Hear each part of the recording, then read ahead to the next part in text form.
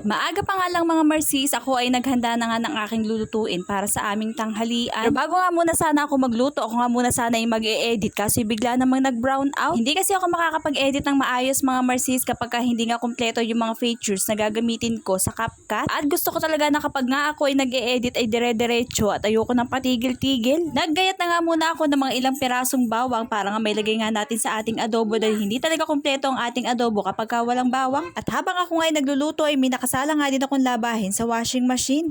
Naggamit na nga muna ako ng washing machine ngayon dahil kailangan ko talagang matapos yung aking labahin dahil marami nga akong gagawin. At mabalik ako kita dito sa aking inaluto at naglagay na nga ako dito ng mantika at nagsimula na nga akong maggisa nitong ating bawang. Luin nyo nga lang yan mga Marcis at hintayin nyo nga lang na ito ay magkulay brown. At nang maluto nga yung bawang ay isinunod ko na nga itong karne. Nilagyan ko na nga rin pala yan ng pamintang durog para naman manuot na nga yung lasa. At syempre atin nga muna itong halu-haluin para kumalat nga yung paminta sa karne. Takpan na nga muna natin ito mga Marcis para lumabas nga yung sarili niyang katas. At kapag ganito nga na medyo nagmamantika na nga siya ay halu-haluin nga lang ng kaunti. Dinagdagan ko na nga rin ito mga Marcis ng 2 basong tubig. Marami na ako napapanood na iba't ibang version nga ng adobong baboy. Pero syempre iba-iba nga yung ating way ng pagluluto ng adobong baboy kaya bahala na nga kayo sa inyong mga recipe. O girls, alam nyo na kung ano nga yung kasunod na ilalagay. Tansyameter na nga lang ang aking ginawa sa paglalagay nga ng toyo at bahala na kayo kung gaano kadaming toyo ang gusto ninyong ilagay. Nang malagyan ko nga ng toyo mga Marcis ay nilagyan ko na nga rin itong suka. At kabilin-bilinan nga ng aking mami noon na kapag nga daw magluluto ng adobo at lalagyan ng suka ay huwag nga daw agad hahaluin. Hintayin nga daw muna itong kumulo at saka lang daw pwedeng haluin. Comment down below kung alam nyo nga kung bakit hindi pwedeng haluin pagkalagay ng suka. Nang malambot na nga yung karne ay tinanggal ko na nga muna itong sabaw at nagtira nga lang ako ng kakaunti at hihintayin ko nga siyang kumati. At kapag nagmamantika na nga itong ating adobo ay pwede na nga isalin unti-unti yung ating sabaw. Wala lang, gusto ko lang talaga mapagod for today's video. Nagtabi lang talaga ako sa dyan ng sabaw para nga meron nga kaming maisabaw sa kanin. At ayan, luto na po ang ating adobong baboy. Kain na po tayo.